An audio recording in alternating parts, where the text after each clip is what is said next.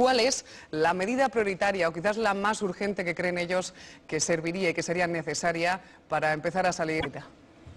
Para empezar, dirigirse a los españoles y decirle la verdad de la gravedad de la crisis.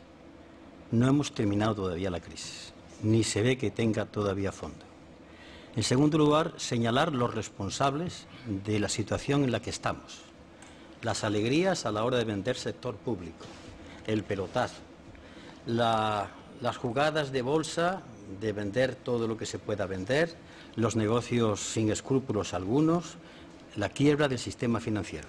En tercer lugar, decirle a los españoles que vamos a intentar pasar de una sociedad basada en las rentas a una sociedad basada en el trabajo. Y en cuarto lugar, cogerse el título séptimo de la Constitución para empezar diciendo que toda la riqueza del país, sea cual fuere su titularidad, está subordinada al interés general y a partir de ahí los poderes públicos planifican esa economía, indicando por dónde tiene que ir, buscando el primer objetivo, la creación de empleo.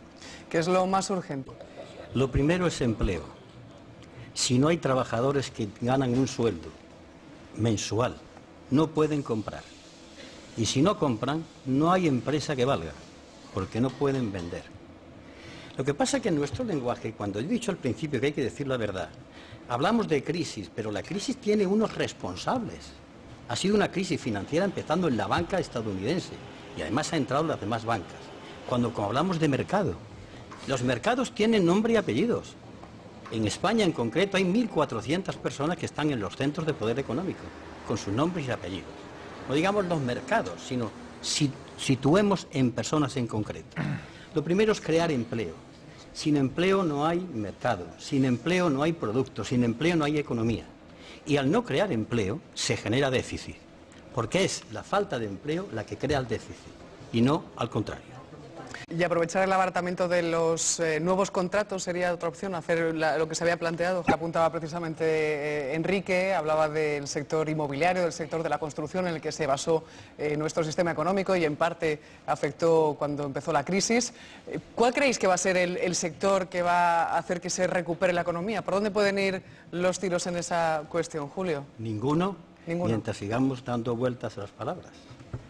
La reforma del mercado laboral escama porque hasta ahora todas las reformas del mercado laboral han terminado perdiendo los trabajadores y se han ido empobreciendo los contratos. Tiremos la historia.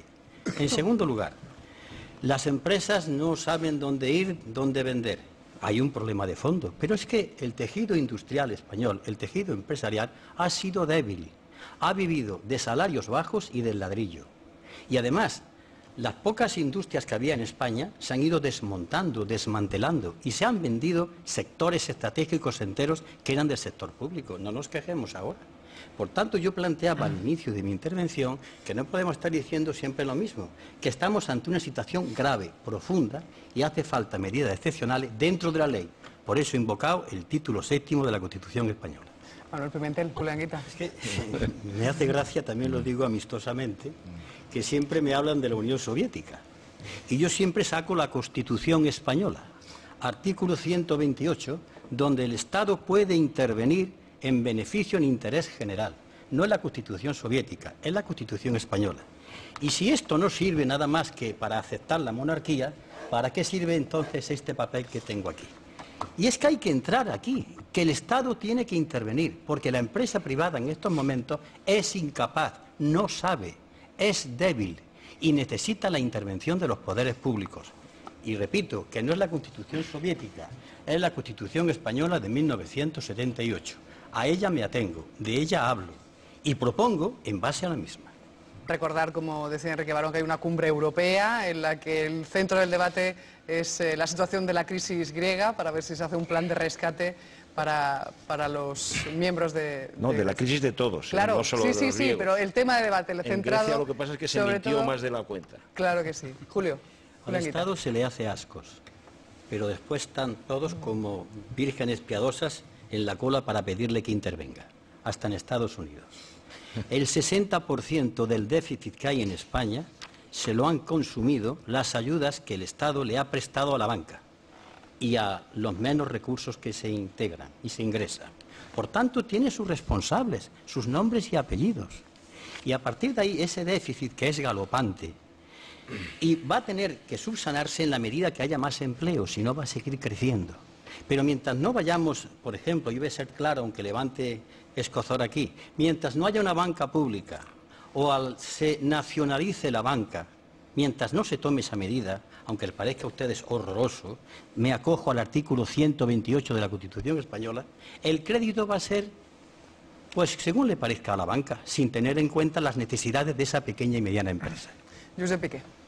Y cuando hablábamos precisamente de la situación de la Unión Europea, que salía ahora en el debate, de la situación de Grecia que comentábamos con Enrique Barón, Maribel nos preguntaba lo siguiente: si Grecia está en quiebra, ¿está España muy lejos de que le suceda lo mismo? Preguntaba Maribel.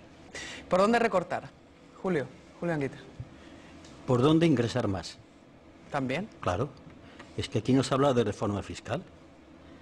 Ni las sociedades estas que cotizan un 1%, sociedades de inversión de crédito variable, mientras los demás cotizan un 18%. ¿Por qué no se habla de reforma fiscal? Porque el déficit se produce porque se gasta más, pero también porque se ingresa menos. Y de esto no se habla nunca. Aquí hay un fraude fiscal tremendo. Han tenido que reunirse una serie de inspectores fiscales en Valladolid y han hecho un manifiesto y unas propuestas. Y han llegado a decir, déjenos ustedes que pongamos en marcha esto y recaudamos 100.000 millones de euros que en estos momentos están por ahí, que no se pueden conocer, dinero negro. ¿Y por qué no hablamos entonces de ingresos? Pues que cuando se habla de justicia social, el que más tiene que pagar, y eso es una obligación. Y después hablaremos de recorte de gastos. Para hablar del